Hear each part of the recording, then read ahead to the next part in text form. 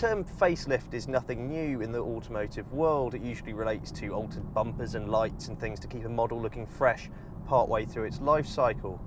But more and more we're seeing these facelifts being full-blown surgery as opposed to little nips and tucks. And that's very much the case with the new BMW 4 Series. Of course, you still get those expected visual tweaks, things like LED lighting. This new colour, Snapper Rocks Blue, I think looks really great on the coupe profile of the 4 Series. And our test car with the M Performance Pack gets reworked front and rear bumpers and a new set of smart 19-inch alloy wheels.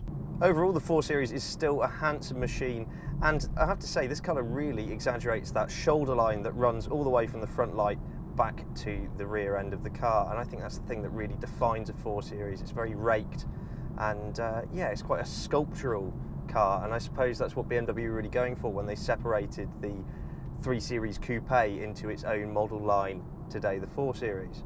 There's also some light tweaks inside. You'll find new aluminium carbon effect details. There's the new 6th generation BMW iDrive, which is better than ever. And of course you get the 3-prong steering wheel and these rather sporty bolstered seats. Whilst the centre console certainly is ageing, the overall feel of the interior is one of very good, very high levels of fit and finish. Something else that's new is a reworked digital display that alters and changes its profile depending upon what mode the car's in.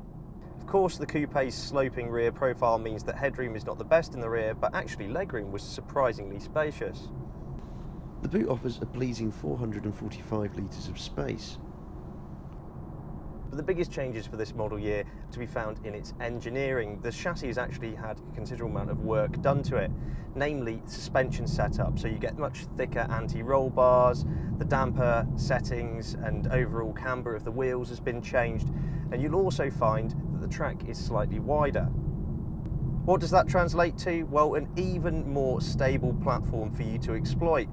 The 4 Series has always been a keen handling car with that nose to apex attitude. And of course the rear wheel drive setup is exactly what driving enthusiasts look for.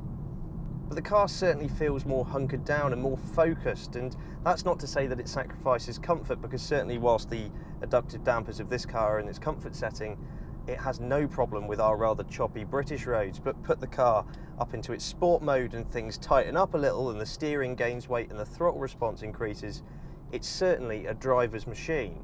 The steering could do with a bit more feedback in my opinion, but it is actually pretty precise, and teamed with an agile chassis, it still makes it an enjoyable car to throw around some country roads. This 4 Series is the 420D, and that means it has a 2-litre turbocharged diesel engine under the bonnet, producing 190 horsepower and 400 newton meters of torque. That's paired to this actually really nice, slick 6-speed manual transmission, and altogether that'll give you a 0 to 62 miles per hour time of 7.3 seconds, so it's not exactly slow either. And it's that torque that really defines the diesel engine. Obviously low down you have that immediate grunt, that overtaking performance on motorways, and of course pretty good fuel economy. And that's the main message I seem to be getting from this 4 Series. It's a car with an even wider breadth of abilities than before. Whilst these little changes are all minor by themselves, add them together and you get a really competent overall package. I've been a big fan of 4 Series anyway, but this car, particularly with its diesel engine, it's proper have your cake and eat it, isn't it? Because you get the looks, you get the sporty prowess of the drive, but you also get that everyday usability thanks to the diesel. At low speeds you do still get that typical diesel gurgle, but up to speed the engine quiets down and melts into the background noise, and overall refinement is actually pretty good. BMW claim that this very 4 Series will emit 114 grams per kilometre of CO2 and return 62.8 mpg. The BMW 4 Series is quite a frustrating car in one respect in particular, and that is that it's quite difficult to critique. BMW have hit the nail on the head with this car in almost every single aspect. And the update just finesses that already brilliant machine that the 4 Series is. You can have one on your driveway from £29,554. Thanks very much for watching, and let us know what you think in the comments below. Please subscribe for all of the latest and greatest cars to hit the road. For breaking news and written reviews, visit www.insidelane.co.uk.